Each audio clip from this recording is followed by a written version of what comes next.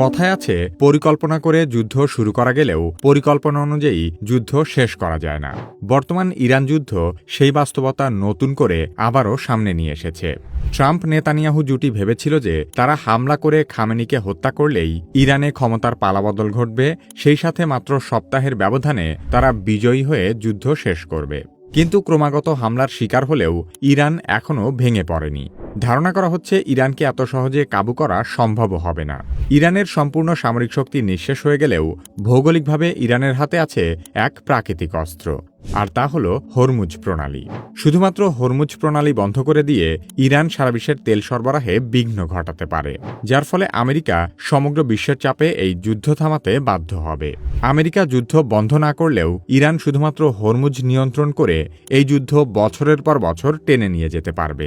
উল্টো দিকে যুদ্ধ চালিয়ে যেতে আমেরিকার প্রতিদিন খরচ হবে কমপক্ষে $বিলিয়ন। হরমুজ প্রণালী বন্ধ করা ইরানের জন্য কেন এত সহজ?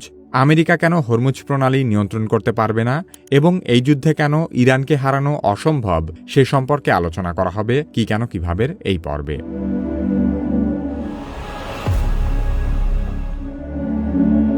ভৌগোলিকভাবে পারস্য উপসাগরের উত্তর পার সম্পূর্ণ ইরানের মধ্যে রয়েছে।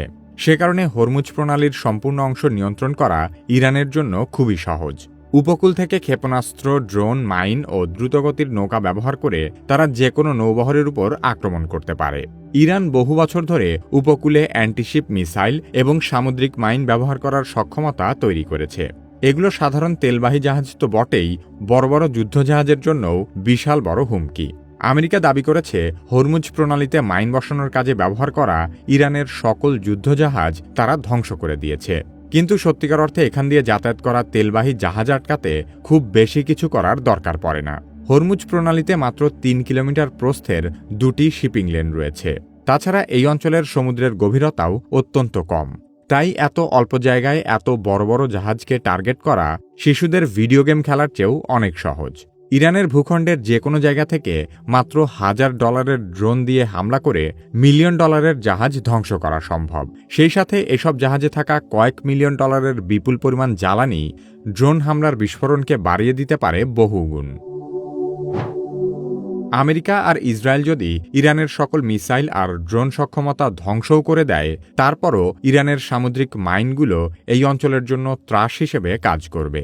সামুদ্রিক মাইন বিভিন্ন ধরনের হয়ে থাকে, তবে মোটা দাগে সেসব মাইনকে 2টি ভাগে ভাগ করা যায়। একটি ধরন হল কন্ট্যাক্ট মাইন এবং অন্যটি হল ইনফ্লুয়েন্স মাইন। কন্ট্যাক্ট মাইন হল সবচেয়ে পুরনো ও সহজ ধরনের মাইন। এগুলো গোলাকার ধাতব বলের মতো দেখতে এবং এর চারপাশে থাকে ছোট ছোট হর্ন বা শিংয়ের মতো সেন্সর। যখন কোনো জাহাজ এই মাইনের সাথে ধাক্কা খায় তখন সেই হর্ন সক্রিয় হয়ে বিস্ফোরণ ঘটায়। ইরানের কাছে থাকা মাহাম-1 এই ধরনের মাইন। এগুলো প্রায় 120 কেজি বিস্ফোরক বহন করতে পারে এবং অগভীর পানিতেও এগুলো অনায়াসেই কাজ করে। অন্যদিকে ইনফ্লুয়েন্স মাইন জাহাজের সাথে সরাসরি ধাক্কা লাগার অপেক্ষা করে না। এই ধরনের মাইন সাধারণত সমুদ্রের তলদেশে বসানো থাকে। এগুলো সেন্সরের মাধ্যমে জাহাজের উপস্থিতি বুঝতে পারে। সাধারণত জাহাজ চলার সময় বেশ উচ্চমাত্রার শব্দ হয়। এসব মাইন জাহাজের ইঞ্জিনের শব্দ শনাক্ত করে এবং জাহাজ কাছাকাছি এলে নিজে নিজেই বিস্ফোরিত হতে পারে। সাম্প্রতিক সময়ে আমেরিকা ইরানের মাইন উৎপাদন এবং মাইন সংরক্ষণাগারেও হামলা চালিয়েছে বলে খবর এসেছে। কিন্তু আমেরিকা যদি ইরানের সকল যুদ্ধজাহাজ আর উন্নত মাইন ব্যবস্থা ধ্বংসও করে দেয়, তাতেও কিচ্ছু আসে যায় না, কারণ হরমুজ প্রণালী নিয়ন্ত্রণ করার জন্য ইরানের বেশি বড় জাহাজের দরকার নেই। সে কারণে ইরানের ইসলামিক রেভলিউশনারি গার্ড কর্পস বা IRGCর নৌবাহিনী আশুরা ক্লাস ফাস্ট অ্যাটাক বোট তৈরি করেছে। এগুলো মূলত পারস্য উপসাগর ও হরমুজ প্রণালীর মতো সরু সমুদ্রপথে দ্রুত আক্রমণ চালানোর জন্যই তৈরি করা হয়েছে। ইরানের নৌকৌশলে বড় বড় যুদ্ধজাহাজের বদলে অসংখ্য ছোট দ্রুতগতির নৌকা ব্যবহার করা হয়। এই কৌশলকে অনেক সামরিক বিশ্লেষক সোয়ার্ম ট্যাকটিক বা ঝাঁকে ঝাঁকে আক্রমণ কৌশল হিসেবে উল্লেখ করে থাকেন। অর্থাৎ একসাথে অনেকগুলো ছোট ছোট নৌকা শত্রুর বড় যুদ্ধজাহাজকে চারদিক থেকে ঘিরে ফেলে। আশুরা ক্লাস নৌকাগুলো সাধারণত প্রায় 7 মিটার লম্বা এবং খুব হালকা কাঠামোর হয়ে থাকে। এগুলোতে শক্তিশালী আউটবোর্ড ইঞ্জিন থাকে, যার কারণে এই নৌকাগুলো ঘন্টায় প্রায় 40 থেকে 50 নট বা 75 থেকে 90 কিলোমিটার গতিতে চলতে পারে।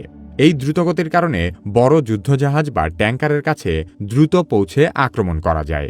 অনেক সময় এই নৌকা থেকে দ্রুত মাইন ফেলেও সমুদ্রপথকে বিপজ্জনক করে তোলা যায়। ইরানের যদি আশুরা নৌকাও শেষ হয়ে যায়, তাহলেও নৌবাহিনীর একজন ডুবুরি সাঁতরে গিয়ে জাহাজের গায়ে একদম সস্তা লিম্পেট মাইন লাগিয়ে দিতে পারে। এসব মাইনে ম্যাগনেট থাকে, তাই জাহাজের গায়ে সহজে আটকে যায়।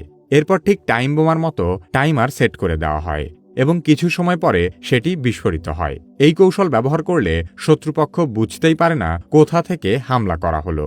সাধারণত মাঝ সাগরে এই ধরনের হামলা করা সম্ভব হয় না, কিন্তু হরমুজ প্রণালীর মতো অগভীর এবং সরু সমুদ্র অঞ্চলে এই ধরনের হামলা খুবই কার্যকর। সামুদ্রিক মাইন অত্যন্ত সস্তা হলেও জাহাজের জন্য অত্যন্ত ভয়ঙ্কর অস্ত্র। একটি গুরুত্বপূর্ণ সমুদ্রপথে কয়েকশো মাইন বসিয়ে দিলে বিশ্বের সবচেয়ে শক্তিশালী বাহিনীকেও সেই পথ পরিষ্কার করতে দীর্ঘ সময় লেগে যায়।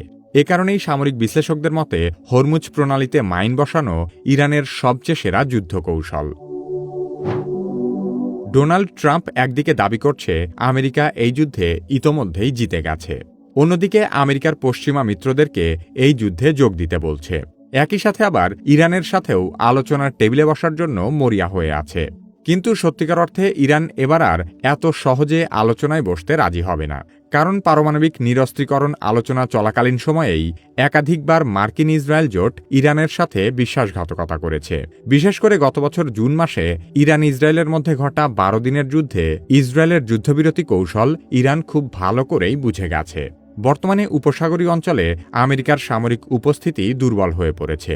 ইসরায়েলের ক্ষেপণাস্ত্র প্রতিরক্ষা মিসাইলও ফুরিয়ে গেছে। এমন পরিস্থিতিতে আমেরিকার যুদ্ধবিরতি প্রস্তাবের আসল উদ্দেশ্য হল যুদ্ধ আপাতত বন্ধ করে ইসরায়েল আর আমেরিকা তাদের প্রতিরক্ষা ব্যবস্থা আরেকটু গুছিয়ে নিবে। ইসরায়েলের আয়রন ডোমের শেষ হয়ে যাওয়া মিসাইলের মজুদ বাড়িয়ে যুক্তরাষ্ট্র এবং ইসরায়েল মিলে কয়দিন পর আবারও ইরানে হামলা চালাবে। তাছাড়া ইসরায়েলই পৃথিবীর একমাত্র দেশ যারা যতবারই যুদ্ধবিরতি চুক্তি করেছে ততবারই যুদ্ধবিরতি চুক্তি ভঙ্গ করেছে। তাই ইসরায়েলকে বিশ্বাস করার মতো বোকামি আর হতেই পারে না। আলোচনার মাধ্যমে যুদ্ধ বন্ধ করার জন্য ইরান আমেরিকার সামনে বেশ কয়েকটি শর্ত দিয়েছে, যার অন্যতম শর্ত হল আমেরিকা যদি মধ্যপ্রাচ্য থেকে তাদের সকল সামরিক ঘাঁটি সরিয়ে নেয়, শুধুমাত্র তখনই আলোচনা সম্ভব, তার আগে নয়। কিন্তু এই শর্ত মেনে যুদ্ধবিরতি তো সম্ভবই নয়, বরং যুদ্ধ আরও বাড়তে পারে। আমেরিকা আর ইসরায়েলের মতো নীতিহীন শত্রুদের সাথে লড়াই করার জন্য ইরান 1980-র দশক থেকেই প্রস্তুতি নিতে শুরু করেছিল।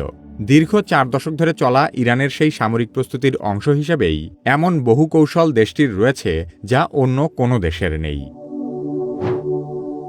একটি দেশের সাধারণত একটি সেনাবাহিনী থাকে, কিন্তু ইরানের আছে 2টি সমান্তরাল সেনাবাহিনী। এই দুই বাহিনীও আবার অসংখ্য ইউনিট এবং ব্লকে বিভক্ত। ইরানের সেনাবাহিনী ইউনিটগুলোর বিস্তারিত বর্ণনা শুনলে সাধারণ মানুষ তো বটেই, যে কোনো দেশের সামরিক জেনারেলরাও সহজেই বিভ্রান্ত হয়ে যাবে।